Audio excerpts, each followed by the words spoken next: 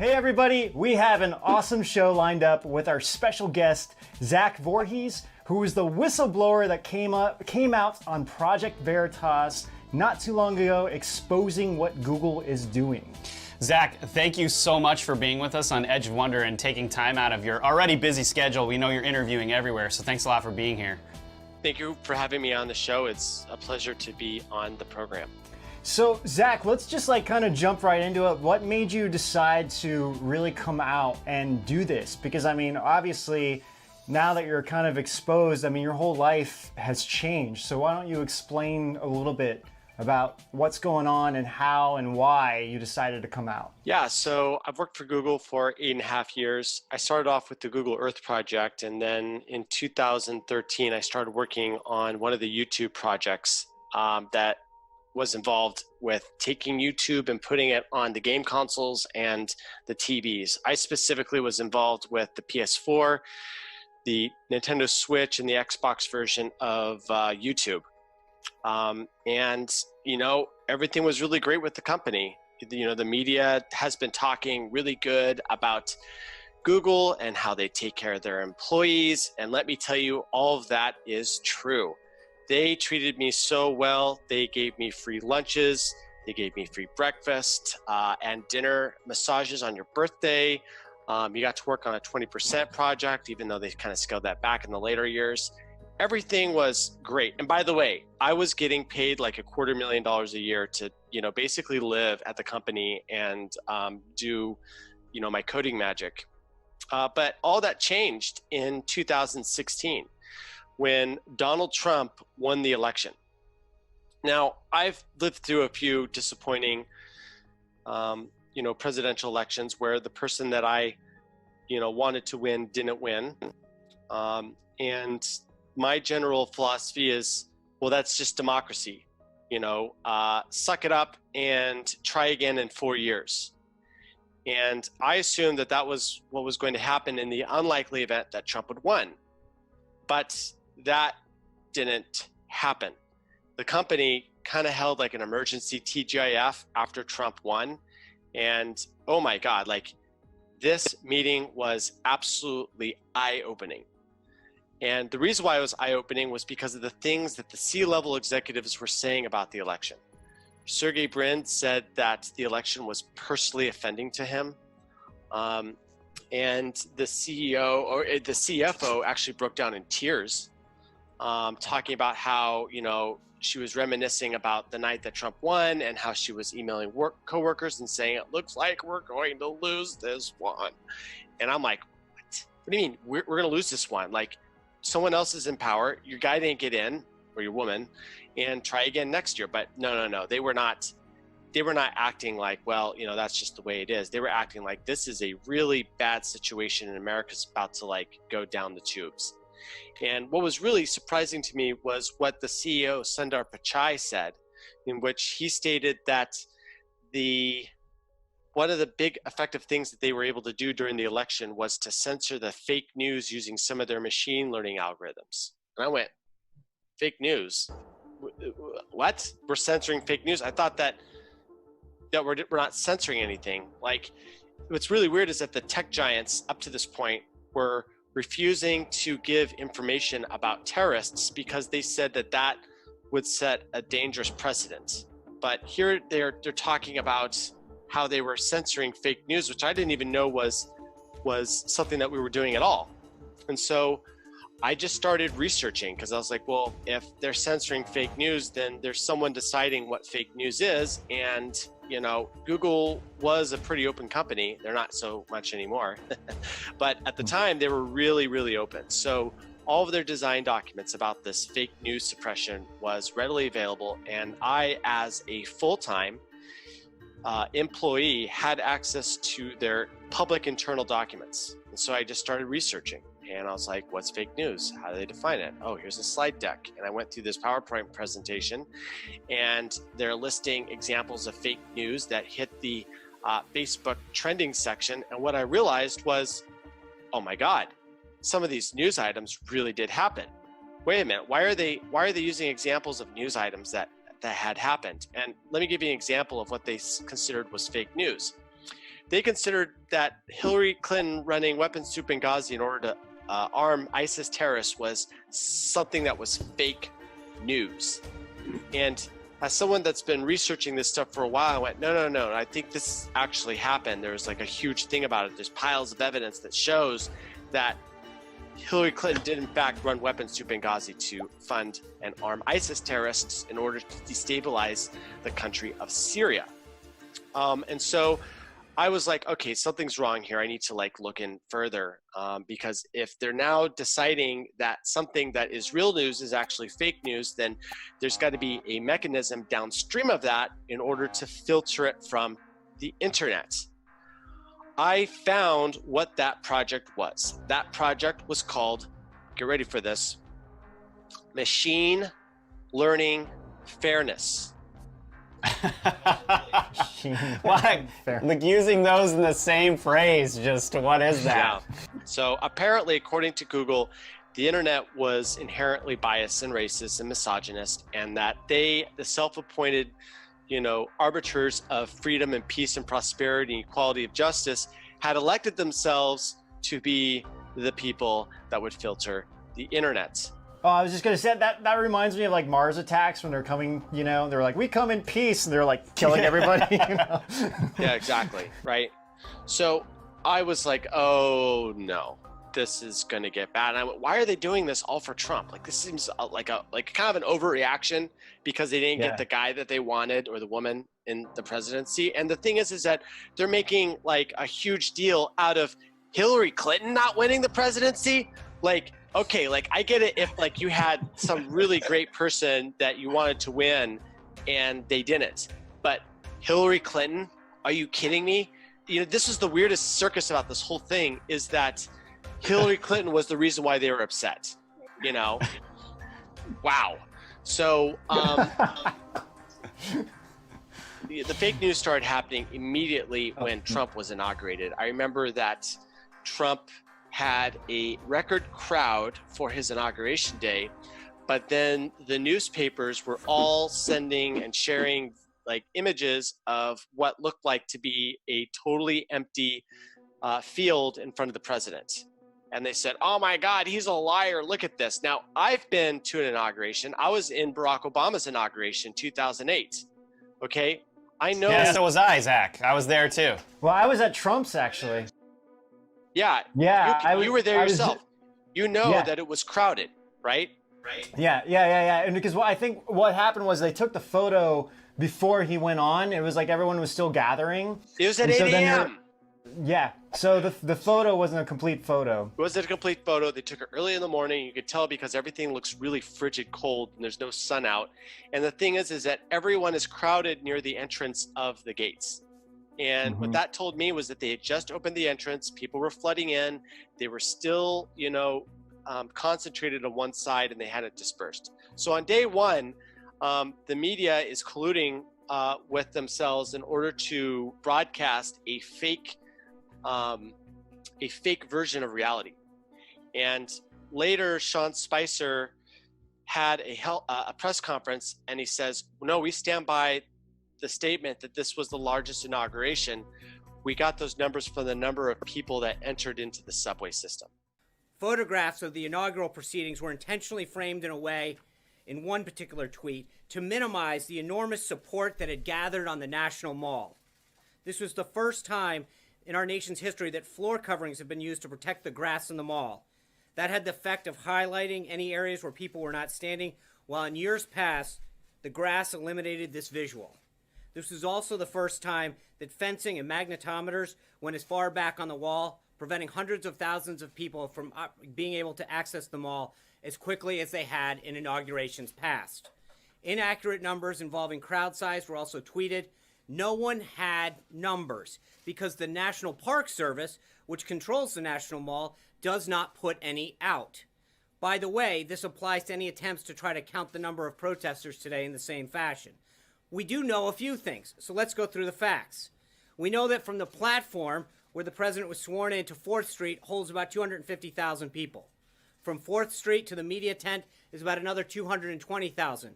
And from the media tent to the Washington Monument, another 250,000 people. All of this space was full when the president took the oath of office. We know that 420,000 people used the DC Metro public transit yesterday, which actually compares to 317,000 that used it for President Obama's last inaugural.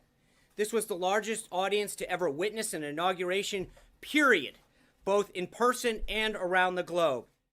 I went, okay, well, this is really weird. And then the Russian collusion hoax started coming in. And the thing is that there was so much investigative work that was conclusively showing that the story that was being presented by the media, that the Russians hacked into the DNC, was had a bunch of contradictions and holes in it. But despite all this evidence, the media wasn't willing to talk about this counter evidence that existed. And so right from the get-go, I'm like, wow, there really is this collusion. These people that have been talking about this collusion conspiracy with the media, it looks like their model of reality is really explaining what's happening here. It was predictive. And that's how you know what a good model is that it's predictive. And so, this is what really motivated me, because I was like, well, if the media's colluding on this and then Google's part of this collusion, then there's some controller above the CEO level that's controlling this company. And so I started, that's kind of like what started this whole thing.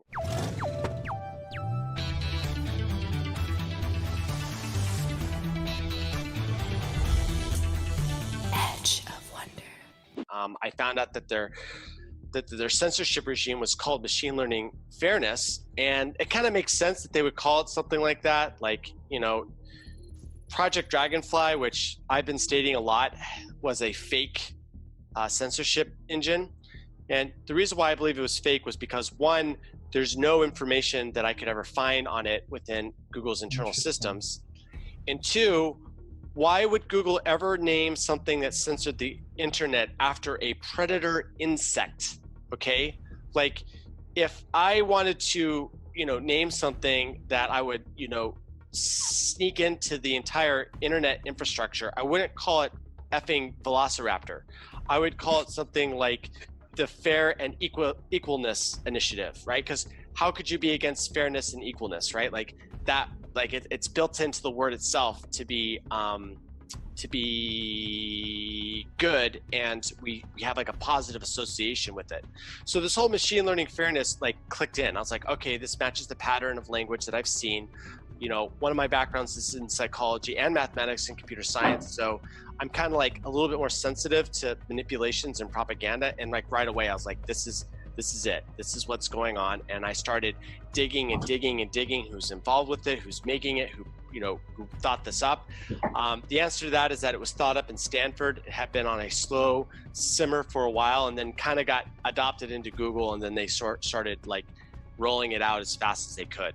And so the rollout started to happen in 2017, and they didn't really try to hide it from the company. They kind of mentioned it a few times, and if you're a curious cat like myself, you could find out the whole system. But they didn't really try to hide it at all, which is part of the magic that they do. If they just sort of roll it out and they tell you that they're rolling it out and no one's objecting to it, then people are like, well, I guess it's just okay then, right? I guess this whole censorship engine is great, and if I complain about it, then I'm the crazy one, but that's not me. I was like, this is going to be the biggest controversy in the history of the United States. There's a monopoly. They control everything. They read our emails. They read our location data. They sell it to intelligence agencies around the world, which is something I didn't realize at that point, but I came to a realization later.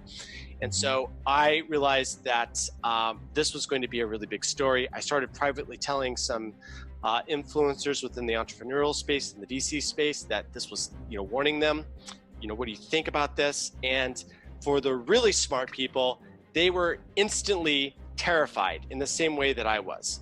If the individual was, how do I say this, a little bit lower vibrational thinking, they were like, oh, well, why isn't anyone complaining about it then? But for the really smart people, and I'm not going to name names, but they're like, what the F, right? They were instantly terrified of this thing. They knew the exact ramifications of what this thing was going to be. My personal breaking point came, and by breaking point, I mean that I realized that I couldn't be silent, that no matter what the cost, I had to expose this to the public, came when I caught Google deleting words out of their Arabic translation dictionary in order to make a Trump tweet sound crazy. Wait, so we're talking about Covfefe then? We're talking about Covfefe. Covfefe was a word until the New York Times ran a hit piece on June 1st, 2017, that said that this word was complete nonsense. Why did they say it was complete nonsense? Because Trump, a day before, tweeted out the following: despite the negative constant press, Covfefe. And Google Translate translated this to "we will stand up." Which is the Arabic translation, right? That's what's claimed, though there's other scholars that have said that it was an antediluvian term, which means pre-flood, and that it was something that the sons of Noah said to the very corrupt people that had, I guess, ruled the world. This is before the flood, so apparently there was a group of people that had a grip on a large section of the world, and they would say the words Covfefe to those that were fallen. And then the flood came and wiped out a lot of these civilizations. Wow, I haven't heard that yet. That is awesome. So Covfefe was basically like a pre-flood FU, if you will, to the elite. Yeah, I'm gonna steal that. That's great. It was a big FU. Trump tweets that on May 31st, 2017, after he gets back from Saudi Arabia, okay? And then the New York Times a day later is like, yeah, a bunch of people incorrectly have determined that this word means something, but it's actually nonsense. And we have a person that is blah, blah, blah from some ivory tower, I think it was Harvard, that was an expert in this and says, no, this word doesn't mean anything. Now, when I did my research on this supposed expert, it turns out that he was a correspondent, a paid correspondent to the New York Times previously. So they're literally asking one of their contractors to confirm a story that they are assuming is true, right? So, yeah. And then we get branded as fake news. Yeah. But it gets worse, because Google took this took this article by the New York Times. One of their AI executives wrote a design document that said, in essence, we need to get rid of this word because obviously it's meaningless and people are having this mistaken idea that it actually means something. So they designed a document to delete the word. And here's the cherry on the top. The group that was responsible for censoring this word off of the internet called themselves the Derrida team. Now, some of you out there may recognize that and say, wait a minute, is that named after the French philosopher Jacques Derrida, who advocated for the destruction of Western civilization through the manipulation of language? And my answer to that is maybe, right? Like, it's a strange coincidence that they're naming their censorship team after the philosopher that advocated for it in order to destroy Western civilization. He also founded cultural Marxism and postmodernism, him and this guy named Adorno.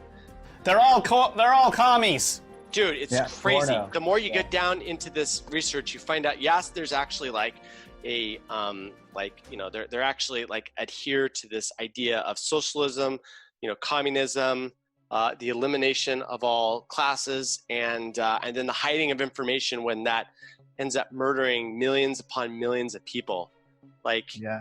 It murdered 30 million people in Russia after World War II, and this class division ended up destroying 70 million lives in the Chinese Cultural Revolution that was founded after this Marxist ideology. So these philosophers are very much in line. They're like Marxian, right, in their thinking, and so they kind of spawn from this branch of we need to overturn Christendom and the capitalist society, and in order to bring a one world government utopia called internationalism. Which is crazy because like we did a whole series on communism, and in our second episode, we basically showed everyone how the doctrine of Adam Weishaupt and the doctrine of Karl Marx were basically one and the same, that they were pushing the same thing, and the history goes back to the first Bavarian Illuminati, which then ends up being the blueprint for what is now the modern day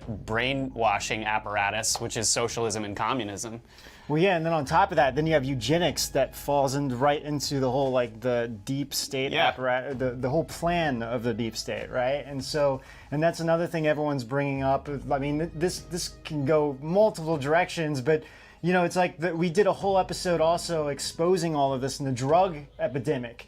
And what we were realizing is that, because a lot of the questions, because I used to work in the media, and a lot of the questions the police would always bring up are why are the drug dealers killing their own users? Like, this didn't make any sense to them. And this question was burning in my mind for months. And when we started doing the show and really research this, it really hit me.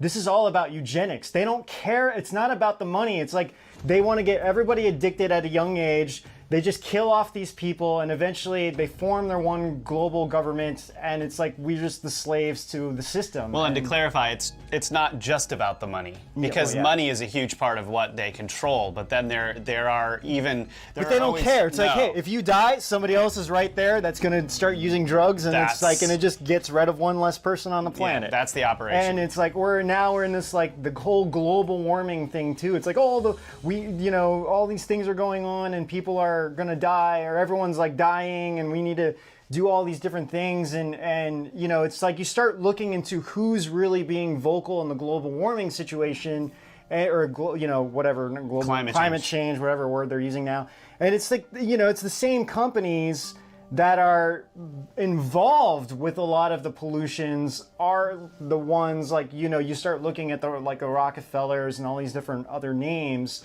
that are sponsoring climate change, but at the same time they're also controlling a lot of the oils and everything else that's behind the scenes with all of this. So when you start really taking a step back and really looking at the world and seeing how everything is run, and then seeing how the AI, the algorithms, Google, all this stuff kind of works together, it's just mind-blowing, and I think it's hard for people to accept, but that's one of the reasons why we're doing our show, is to break this stuff down and present it in a way where people can understand it, and also to make weird, there's a lot of weird stuff out there, and the mainstream media doesn't give it a shot. So why not give it a shot, put out research, and let people do the research for themselves and come to their own conclusions? Why can't we have a conversation like that, right? Well, they don't want it, because the thing is that the only way that a consensus works is when everyone overwhelmingly agrees, and everyone that disagrees with that is ostracized, demonized, and made to sound crazy. And this was proved in a psychology experiment in the 70s called the Ash experiment. And what they did was they had this experiment, it was run, and someone would volunteer with a bunch of other people, and they would go into the experiment, and then the instructor would then paint two lines on the chalkboard and say which line is larger than the other. Now, almost every single person gave the wrong answer except for one. And as it turned out, the other volunteers were actually actors themselves. So there's actually one volunteer, and all the other people that they think are also volunteers are actually actors. All the actors are giving the wrong answer. What do you think happens to the real person when it's his turn to give an answer? He also gives the wrong answer 66% of the time. Now, here is the most important thing about this experiment. If one other person gives the correct answer before the volunteer is able to answer, the consensus effect collapses, and the person now gives the correct answer most of the time. So what happens is that in order to have this phony consensus, You need to vigilantly crush anyone that's giving the right answer, or else the illusion is broken. And you see this pattern. Once you recognize this pattern, you start searching for the dissenters in every single thing that the media says, right? Like, oh, global warming is gonna like kill everyone, right? Like, okay, well, what do the dissenters say? Oh, it turns out the dissenters make more sense than the people on TV. But wait a minute, why aren't the people on TV talking about what the dissenters are talking? Well, because they're pushing an agenda, and they're only selecting people that agree with their agenda. And if you don't agree, then you're ostracized, you're demonized, and then sometimes you're even murdered, right? Like, let me give you an example. Dr. Robert Epstein, he was the former editor-in-chief of Psychology Today. Just to note, hold on, just for people out there who may not know him, he's no way related to Epstein, who didn't kill himself. My apologies for saying Epstein. His name is Dr. Robert Epstein. Okay, so Dr. Robert Epstein started in 2012 researching Google's systematic bias. And what he found was that if he could create a search engine and then hide certain bits of information, then he could take people that self-identified as on the fence, have them research certain topics that he would, tell them to research. And based upon the bias of the search engine, he could turn a 50-50 split into a 90-10 split in any direction. Wow. From years of research, he concluded that in 2016, the systematic bias of Google hiding dirt on Hillary Clinton produced at least a swing of 2.4 million votes in her direction, and at a maximum of 10.5 million votes in her direction. So before the 2016 election, Dr. Robert Epstein was talking about the search bias effect. What was Google's response? They slandered him as a conspiracy theorist. What did Wikipedia do? They followed suit. They slandered him as a crackneck conspiracy theorist.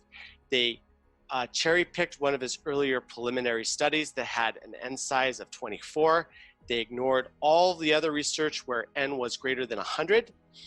And they said that all of his research was based upon one preliminary analysis, and that was it. And that this guy, this huckster, this fraudster, went out and just started, making stuff up in order to be a grifter and attach on to anything because he's desperate. And it's just like, what? This is the guy that's the editor-in-chief of Psychology Today. You're calling him like an insane conspiracy theorist / grifter? Like, no, I don't accept that. Okay, I don't accept that. And this is an example of the pattern that they use to demonize people that are saying the truth. So part of the reason why I disclosed this stuff was because I wanted to help the dissenters that were pointing out the truth of what Google was factually doing and give them ammunition so that their voices could be strengthened. Because you don't have to get 50% of the people in order to crack the consensus. You only need about, 5% or maybe even at a max 10%. And once you hit that 10% threshold, then there's a systematic change that happens in society. Because that 10%, once they get completely bought into an idea, once they see the conclusive evidence that something is true, they will not back down.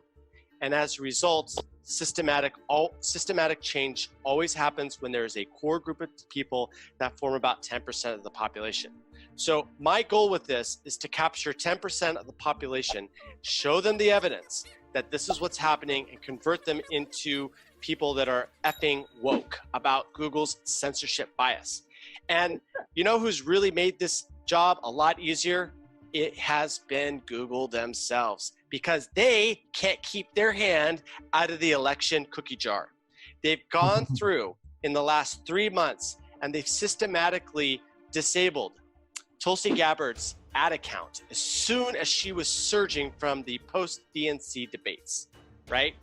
she got a surge, people started surging, and then Google's like, oops, your ad account went down. And then all the people that were searching for her got bombarded with ads that were bought from her opponents that were able to buy her keyword.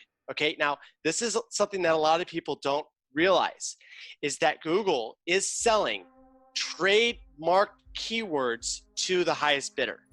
Okay, they're profiting off other people's trademarks. And so a lot of people are like this. Like if you have a company, it's called Company A. Company B, your competitor, can buy your keywords, your trademark keywords, and they can steal your customers away. So that if you, as Company A, want to stay on, the top results, you're going to have to pay Google an extortion fee in order to keep your links at the top in the ad section. So this is the trick that Google allowed the competitors to Tulsi Gabbard to do. But Zach, that sounds more like a gang than a search engine. Or how about communism? Communism, socialism, basically what we have is a mafia state. And it doesn't matter what form of government you have, whether it's capitalism or whether it's communism, the mafia state will ruin any form of government and corrupt it. I believe that socialism can work. I believe that communism can work. I believe that capitalism can work. I believe that fascism can work as long as you have protections against infiltration from the mafia. I'm talking about the international mafia, the ones that have a disproportionate amount of wealth, like 90%. This is not something that's a conspiracy theory. It was all exposed in a study that was done in Switzerland that took the publicly accessible information of who sat at what boardroom for whatever company around the world. They took all the publicly available information and they mapped it out. And what they discovered is that a group of individual men that number in about 120 control the entire world's assets. They named this control structure the Global Network of Corporate Control. Okay, these are the internationalists. They own. I mean, you like, well, how much wealth did they have? Their wealth can't even be measured in a debt currency like the U.S. dollar. Okay, their value is measured in tons of gold and the amount of land, and not just land like, oh, I bought a house and I own that land. I'm talking about sovereign land that they don't pay a tax to. Okay, because people think that they own a piece of property, but they don't realize is that if you pay tax, you don't own it. All right, ownership is not met. So it's weird. It's because like us normies, we don't have a true concept of how real wealth operates. Okay, these people own the money system. They own the US dollar. Their wealth is unimaginable. And so this is the group that really sets the agenda for all these companies. And it's the reason why you're like, wow, that's interesting. Twitter, Facebook, and Google all banned Alex Jones within 2 minutes of each other. How does that work? Is it just a coincidence? No. It's this global network of corporate control that's it's a top-down, they handle out an agenda item, and then the placeholder CEOs that are running the company implement that agenda. And if they don't implement that agenda, then they're out. Now, they're always going to operate the agenda because there's a filtering method that keeps these people from arising to the CEO if they show any sort of anti-collectivist sentiment in the way that they talk and the way that they, operate in public. So the people that make it to the CEOs have been highly filtered. And that's the reason why you get people like Mark Zuckerberg, who is the most non-technical CEO of a tech company I have ever seen in my life. I swear, watching that guy makes me feel dumber. Right? And here's the thing, as an insider with Silicon Valley, I was told that if you ever meet Mark Zuckerberg, never, ever, ever ask him how he made Facebook because he hates that question. I'm like, wait a minute. The guy who created Facebook hates people asking about how he made Facebook? That would be like my crowning achievement. I would try to tell everyone what the secret of success is, because I care about people's happiness and I want to advance society. But this guy who supposedly made Facebook doesn't ever want to answer the question of how he made Facebook. In fact, he will get very, very angry at the people asking it. So That's crazy. yeah, that's just some of the background that we have on, how this thing operates. And once it became activated that this grand conspiracy was in place, I started to realize that they were in the final stages of truly locking down the entire internet infrastructure, and that we basically had a last chance to, expose all of this while the algorithms were still somewhat fair. And so I decided that I was going to make my move after I saw them, censoring the president of the United States. So I collected 950 pages of documents, and I reached out to Project Veritas. I delivered them the dossier, and then I waited, and then eventually they used the intelligence that I had provided them in order to do a sting operation on one of their executive directors.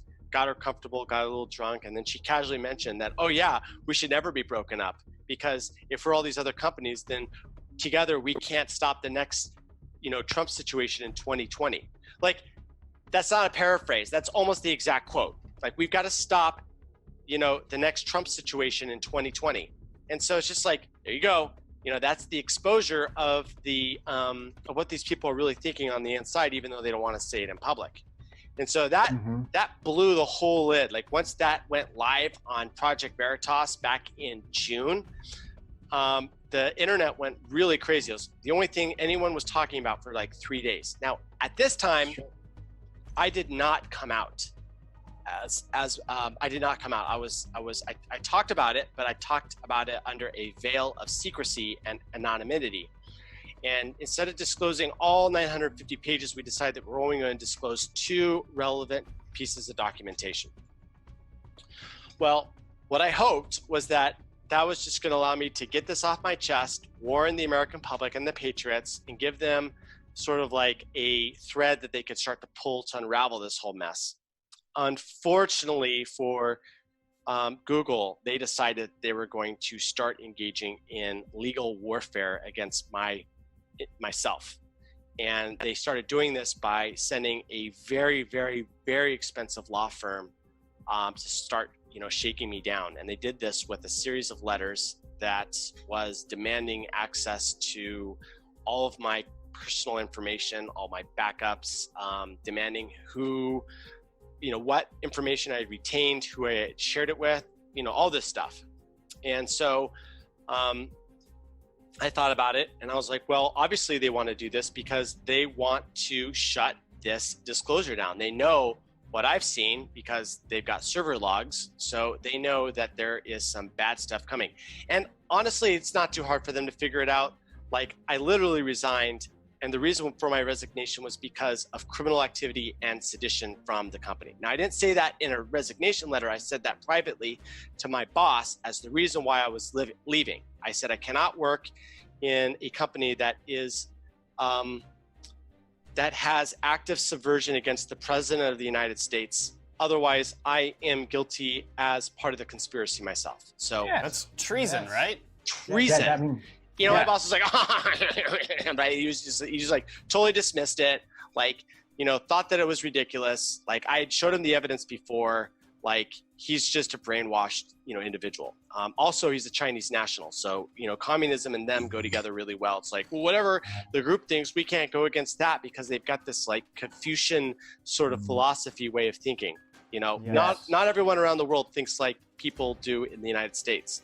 So finally, I was just like, yeah, this is wrong. I got to leave. And then a week later, the first disclosure came out. About 2 weeks later, the lawfare started happening with this legal firm. And so I'm like, well, obviously they want to shut me up. Obviously they don't want any more of this to be disclosed. And while I haven't disclosed it, I've got a big, wet, juicy bullseye on the back for a assassination hit job. So I said, you know what? It's time for the American public to know how bad Google really is. So I took all the documents, I printed them out, 950 pages, and I mailed it off to the Department of Justice Antitrust Division in Washington, D.C. I then called up Keith and I said, hey, James O'Keefe, I need to, I want to let you know that if I die, then every single document that I've ever given you can be disclosed to the public. And then I went to Twitter and I stated that I had activated Dead Man Switch, and that if anything happened to me, that all information would become immediately public, right? Google responded by red flagging me with a wellness check, and SWAT team showed up. SWAT team actually showed up, and not only just the SWAT team, it was also people on the rooftops with sniper rifles. Not that many, but a few. The SWAT team called in a bomb threat to my house because they saw a tin can sitting next to the gate of my house, and they said, "This looks like it could be an incendiary device." And they're like, "Oh, this wire over here, that could be like a detonation device," even though... Meanwhile, it was like, yeah, it was last night's Campbell's soup or something like that. It was actually denatured alcohol. My roommate is a fire dancer, performs on stage, so she just kind of carelessly left this like denatured alcohol. And so they... Well, I mean, to be fair, that's not that careless. I mean, you guys are just, like, that actually is quite normal for her job. It just so happens that when the SWAT team's after you, they're gonna see that and something's gonna go down. Right. So I didn't answer the door, by the way, so they didn't even know that I was home. They called in like this bomb threat. They shut down from 20th Valencia all the way up to like 22nd Valencia. The theater by my house was evacuated. The stores were evacuated. Everyone was evacuated. And it was a really bad sort of situation. They're all trying to get me to come out. I'm like, no, I don't want to come out. Like, just like, I'll answer any one of your questions over voice chat or FaceTime. But no, they wanted me out of the house so that they could, ask me these questions face to face. It's totally escalating the situation. And so I pretty much refused, but then things started to get like heavy, and I was like, well, what are the possible situations? They could make up an excuse saying that they thought that I had intentions to hurt myself or bury evidence, which is called extricate circumstances. And so they could just make up an excuse, come into the house, and then, maybe they shoot me. And then it was like, oh, our cameras weren't working. So I said, I am going to resolve this situation by coming out. There's a bunch of people on the streets now. Valencia is a very, very busy street. This is entertainment crack to the bystander. Everyone wants a cool video. So I'm going to come out with my hands up and everyone can see it. And if they shoot me, then there's going to be a bunch of, witnesses. So I came out with my hands up and they detained me. They asked me if I wanted to kill myself or hurt others. Obviously, the answer was no. And then they're like, why does Google want to do this? And I went, aha! I knew it was Google that had done this wellness check. So at that point, I got confirmation that it was Google.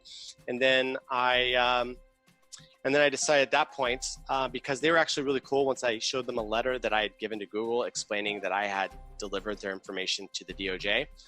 After that, they're like, oh, you're a whistleblower. I was like, yep. And then they're like, okay, they de-escalated. They called out the bomb threat. And then the next day, I was on a flight to Washington, D.C., and I was in a safe house because, I haven't disclosed yet, which means that they know that they can still get me. And so I was, in a hotel room under a different name. I came out to Project Veritas in their video that was released, I think it was August 17th, 2019, this last summer. And that blew up. And I remember when they announced they were going to release 950 pages.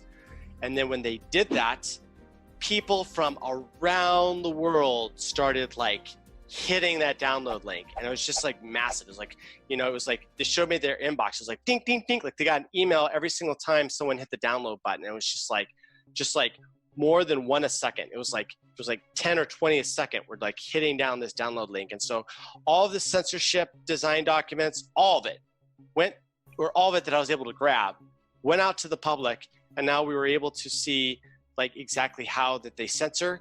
And some of the documents that I've disclosed have been blowing people's minds. And I want to talk to you about some of those things because it goes down the conspiracy rabbit hole and the true nature of how our society functions. Ready for this? We're into weird, Zach. Hit us with the weird. Yeah, we want to know the craziest thing that you found in these documents.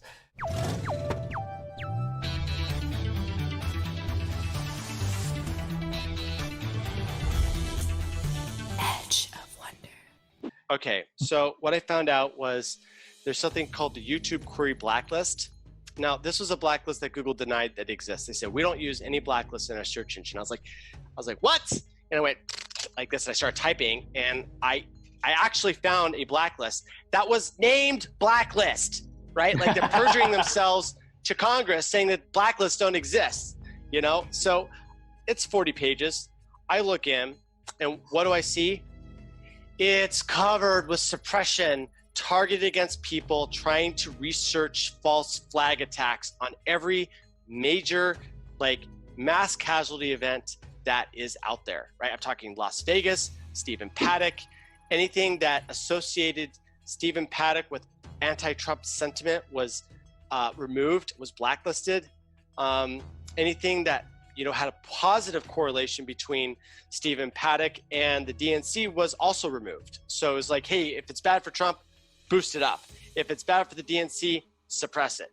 And, you know, what I started realizing is that each one of the mass casualty events, you know, this list is not in alphabetical order, it's in chronological order. So you have a mass casualty event, and then what happens is that Google's inserting one line at a time, like all the searches that they're finding people are able to make to try to find YouTube videos that are saying like David Hogg forgot his lines, like David Hogg false flag, David Hogg crisis actor, all of these like searches that people are doing to try to find out if there's a link between, you know, the false flag, you know, thesis and a mass casualty event is being systematically censored from the internet. Okay, that's one of the crazy things that I saw.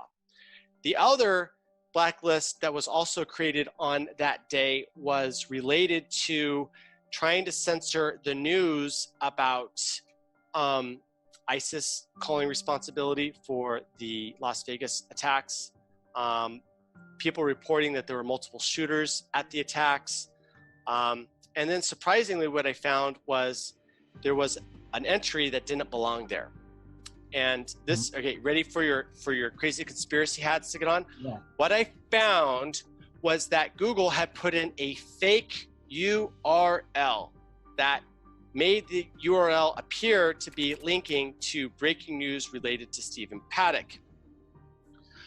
What was this website's purpose? This website's purpose was not to cover breaking news. They were there to report on the progress, the technical progress of a collection, a network of scientists working on cold fusion. Interesting. Okay, so they took this cold fusion website, which is e-catworld.com, eCatWorld, and they started keyword stuffing by appending keywords related to this Las Vegas massacre. Okay, that tricked the censors to blacklist eCatWorld.com completely off the Google search index. Whoa. Yeah. How did I know about this? Because I just happened to visit eCatWorld.com on a quarterly basis because I'm like, I mean, back when I was asleep, I was like, man, this weirdo conspiracy theory seems to have a lot of prominent scientists that are, you know, that have spent their lives, you know, learning about nuclear physics. They all believe that this is like a real thing, and they keep on like putting in all these papers, and oh my God, Cornell University is now publishing this stuff. Wait a minute, is this like, you know, so I had this kind of thing. I was like, well, the consensus from the media is that it's fake, but it's got every appearance that this is legitimate science because now it's being released in peer-reviewed journals. So you're talking about this cold fusion aspect, right? Like these scientists are actually making, like, or developing or working on like aspect of cold fusion. It's energy. This is like, this would totally disrupt all of the different, it's energy disclosure basically they were trying to suppress, correct? That Google was trying. So then Google was interested in like putting in these keywords to try to block the site so people couldn't find it. Correct? So that's right. And as a result, they announced on eCatWorld.com that they had been de-indexed, that Google was not helping them. And so what they did is they created a .org to replace it. Now the problem is that all the backlinks that Google uses to rate a site's importance was based on the .com. So all the .org stuff, you know, there's no backlinks to there. And as a result, it's not considered it doesn't have a good like PageRank score. And as a result of that, it just, yeah. So the .org was not showing up. I was able to find this and I'm like, well, I work at Google and I've got access to their bug database. So I went into their bug database and I searched for, this thing, and I came to this blacklist that involved the Las Vegas massacre. And that was like mind blowing. I'm sitting there, I'm like, how does this make sense, right? Like, we've got this global warming thing. Why are they censoring free energy? Like, and then I started realizing, I was like, okay, wait a minute. If they're censoring cold fusion, then what that means is that they're censoring it not because it's fake, but because it's real. And if we make the assumption that cold fusion is real, then I can make a few predictions. Prediction 1, Google is so large as a corporation that in order to hedge their bets and keep their finger on the pulse of the cold fusion technology space, they're going to have themselves a cold fusion lab. But prediction number 2, they don't want to contradict the global warming hysteria, okay? Which means that their lab that they're using to keep tabs on the whole system will be secret. So, there was no information publicly about this cold fusion lab, but I am a sleuther. I did my research and I found it. I found Google's, at the time, secret cold fusion lab. I reached out to the scientists and I talked to them, and I was like, this is like Alice in Wonderland. Like I'm using, it almost felt like I had like, a new eye that had opened, and I was able to like see through all the BS and make predictions and be able to like uncover this. And so, it turns out that Google had a secret cold fusion lab. It's not so secret anymore. About a few months ago, or maybe it was even a year, they announced that they had a cold fusion lab, but then they said that they had failed to find anything. And that's, in fact, you can kind of see that they're hinting that they're going to bring this out because I think like a month ago, within the last month, CEO Sundar Pichai said that there were some new clean tech solutions that were going to radically change the energy space, and he was excited about it. And then I also made a prediction to myself that I would know when cold fusion was being rolled out by a spike in the palladium prices, which is a necessary input to make these catalytic converters. Now, if you go and you look at the last 2 years or 3 years of the prices of palladium, what you're going to see is that it's like quadrupled, right? It's like went from like something like 600 to like 1800, so it's like tripled actually in 3 years, and it's consistently going up now. And this has every indication that cold fusion is being secretly rolled out to places around the world. Andre Rossi, the maker of the CAT machine, who I'm friends with, he stated that he's now selling energy. He's not selling the power plant because people can just open it up and see how the whole thing works. And it's a proprietary thing that he has. And so, so cold fusion's real. Human-caused global warming is a psyop to get us to pay for a tax and to make us feel guilty, like the Roman Catholic Church did in the Dark Ages. Like it's all part of this mind manipulation so that we will give up our freedoms, we'll give up our prosperity and our sovereignty, and give it all up to a centralized one world government that knows better than we do. And usually, before we wrap it up, Ben always likes to ask. Go ahead. Well, I mean, because everyone back. You don't have to explain. Go ahead. Well, okay. What keeps you keep doing what you're doing? What keeps you motivated? Because I mean, obviously, for you, this can be very dangerous. Although a lot of insiders do say, once you come out, you're in that public sphere, it's a little bit easier than when you're trying to work in the shadows. But how has this been for you, and why do what's your motivation? Yeah, my motivation is I was an atheist. I thought that God didn't exist because there would be evidence. Once I saw how controlled the information was, and I revisited the Fermi paradox of if all of the aliens are out there, how come we don't hear about them? There's one, they give like 4 reasons or 5, but one notable exception is, and by the way, all the reasons are that they got to a certain point and they just destroyed themselves, right? That's the only reason that they give for the reason why we don't see all these aliens.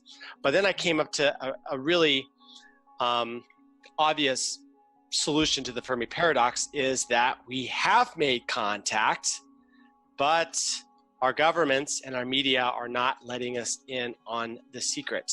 And I started doing math, right? Because you look at the Fermi paradox and it's like, well, there's 100 billion stars in the galaxy. What are the chances that one of those stars would form a intelligence before us? Like, we're not even a 2nd generation star. We're like a 3rd, 4th, or 5th generation star. And if you look at the scale of the universe, I imagine that God probably formed on one of these 2nd generation planets that, you know, which wasn't completely made up of hydrogen, it was something else. And then this super intelligent, dominant life force came to rule the galaxy, and that they're the dominant life force. No one can unseat them. They're essentially omnipotent in their power, and they exist somewhere in the galaxy. Who knows where? Maybe the elite know where that is too. But I believe that there's a prime creator. And if I was a prime creator, I would have a couple of options, or rather just 2. Exact my ultimate will upon all the different peoples of the stars, or allow them to be sovereign and free and come to their own conclusions about stuff. Now, what I see the ability for mankind, humankind, to exercise free will, which means that we do not have a totalitarian God in our galaxy. And from that, what I've realized is that it's actually God's will for the people of the galaxy to be free and to be sovereign. And when they talk about the belief of God, or whether you don't believe in God, like, the esoteric fundamental question that they're saying is, you know, if you believe in God and you understand they're omnipotent, and then you understand that in their omnipotence they granted us free will, then therefore it is the divine desire of the prime creator that the people of the galaxy will be free. And so once I started to realize that, I kind of broke down in tears, because, like, for the first time I rediscovered God and realized his beautiful majesty, that this entity was existing to allow me to have freedom of choice. And so what I realized is that if that's what God believes, then what I need to do is I need to resonate with that vibrational force, and that I can then become a vessel for his divine will to, you know, ripple out onto the people of the earth. And so coming forward to this, you know, and to understand like what it means to be a vessel, that means that you have to come to terms with your own mortality. I understand that the effort to disclose this information can result in my death. But the thing is that if I'm dead, I'm not going to care. So I decided to take the Pascal's wager after a year of contemplating this almost daily. I decided that I was going to take this Pascal's wager. I was going to resonate with the higher powers of the universe and the galaxy, and I was going to do an act that made people free, because that's the will of God, is to have people to be free. And so I hope that I've been successful with that. And, you know, if something happens to me, then, you know, you can always be rest assured that I was acting in a way that was servicing a higher power, and that everything that could and will happen to me, I've readily accepted, because it's worth it. Man, that gave me chills, Yeah, Zach. that was awesome, man. Seriously. That is so great to hear you say all of that. Yeah. Man. And also, like, I think it's really good for, you know, it doesn't take long as you're researching this stuff before you come to the conclusion that atheism is one of the biggest psychological operations on our planet. Yeah.